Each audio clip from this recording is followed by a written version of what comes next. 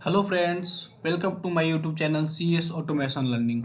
और आज हम सीखेंगे कि फंक्शनल टेस्टिंग होता क्या है, इंटीग्रेशन टेस्टिंग होता क्या है।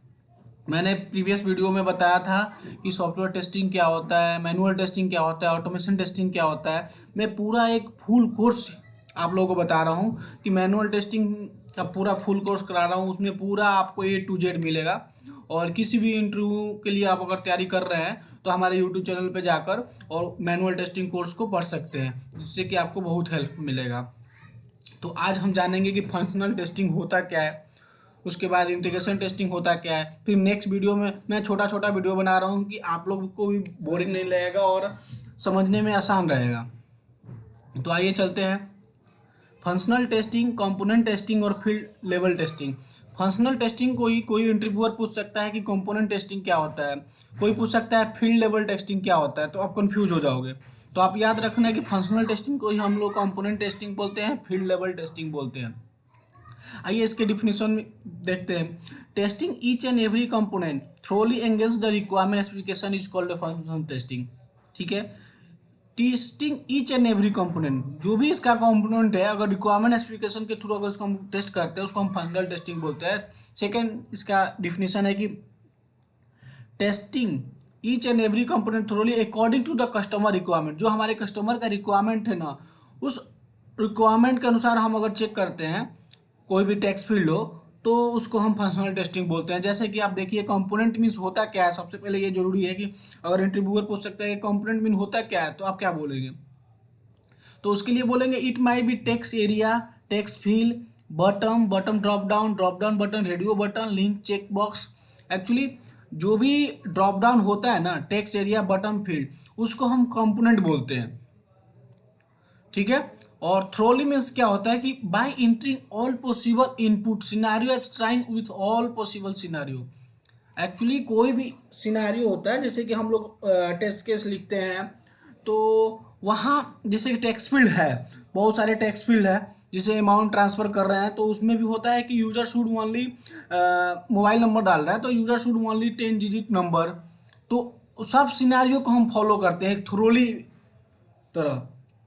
एक इंटरिंग ऑल पॉसिबल सिनारियो, जो भी पॉसिबल सिनारियो होता है ना उसको हम फॉलो करते हैं। तो आइए हम देखते हैं आगे कि functional testing can done in 3 way.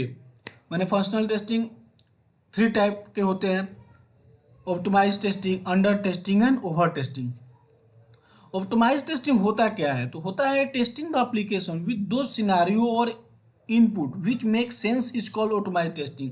Testing the application with same scenario in different way.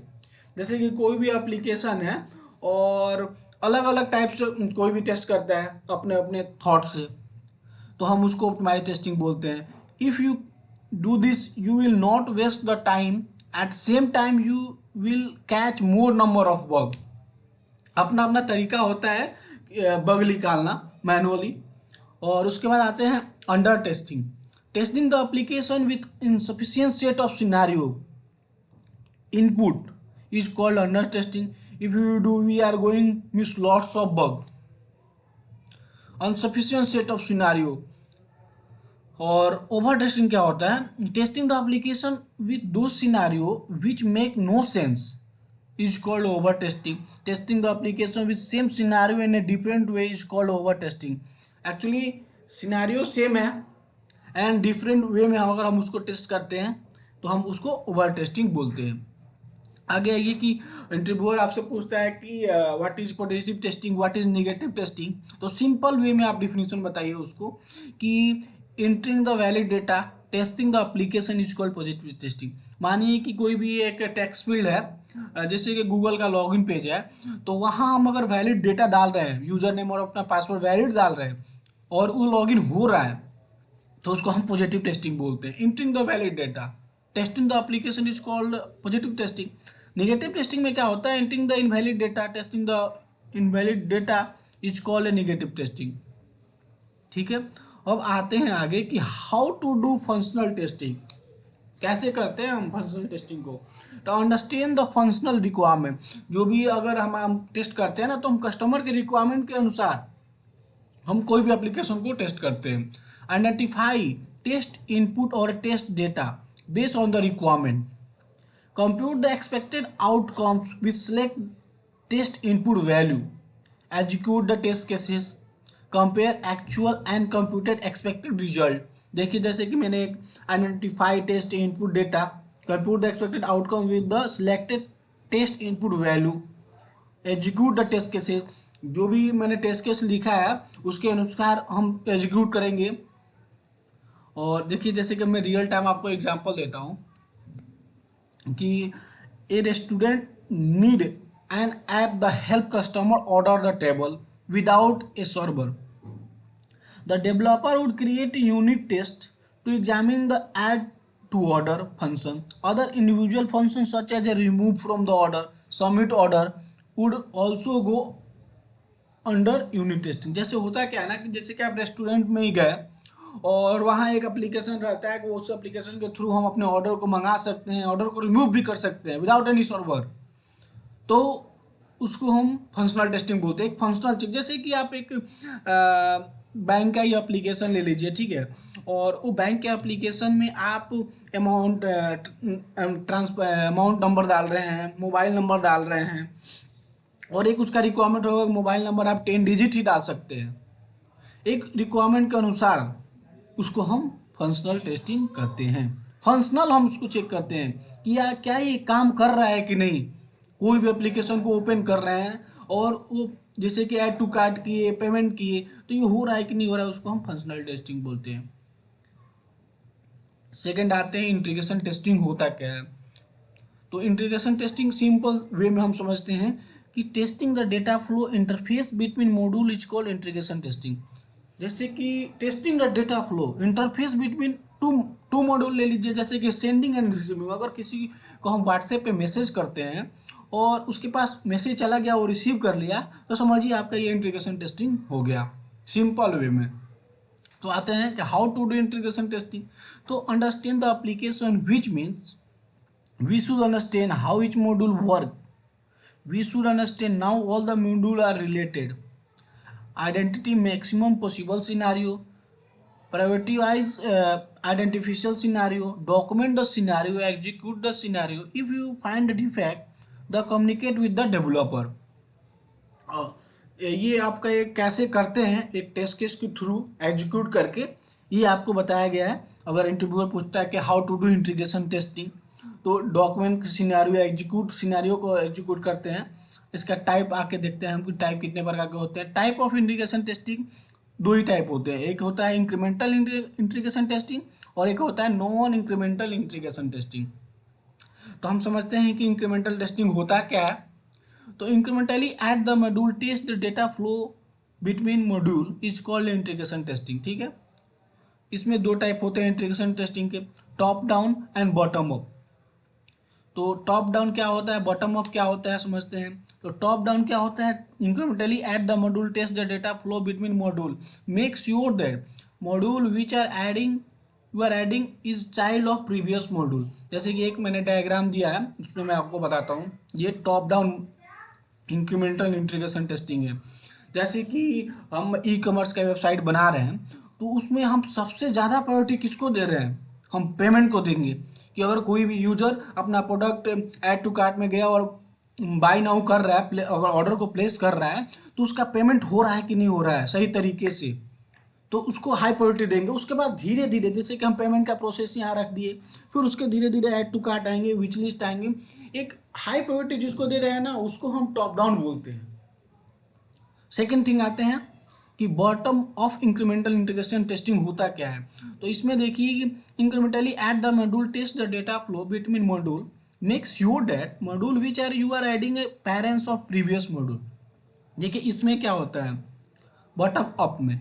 Bottom up में ये होता है जैसे कि इसमें नीचे से फ्लो करते हैं. जैसे ई कॉमर्स का ही हम आपको ले लेते हैं, मार्केट में अभी बहुत ज़्यादा ई कॉमर्स का वेबसाइट चल रहा है. ई कॉमर्स में ले लिए तो सबसे ज़्यादा इसमें ये करेंगे कि यूजर लॉगिन कर रहा है कि नहीं कर रहा है. लॉगिन कर लिया, लॉगिन करने के बाद वो पेज पे जा रहा है कि नहीं जा रहा है. सपोज यहाँ से आएंगे, यूजर लॉगिन किया, वो पेज पे जा रहा है, प्रोडक्ट को जो प्रोडक्ट पे क्लिक कर रहा है वो प्रोडक्ट डिटेल ओपन हो रहा है कि नहीं हो रहा है.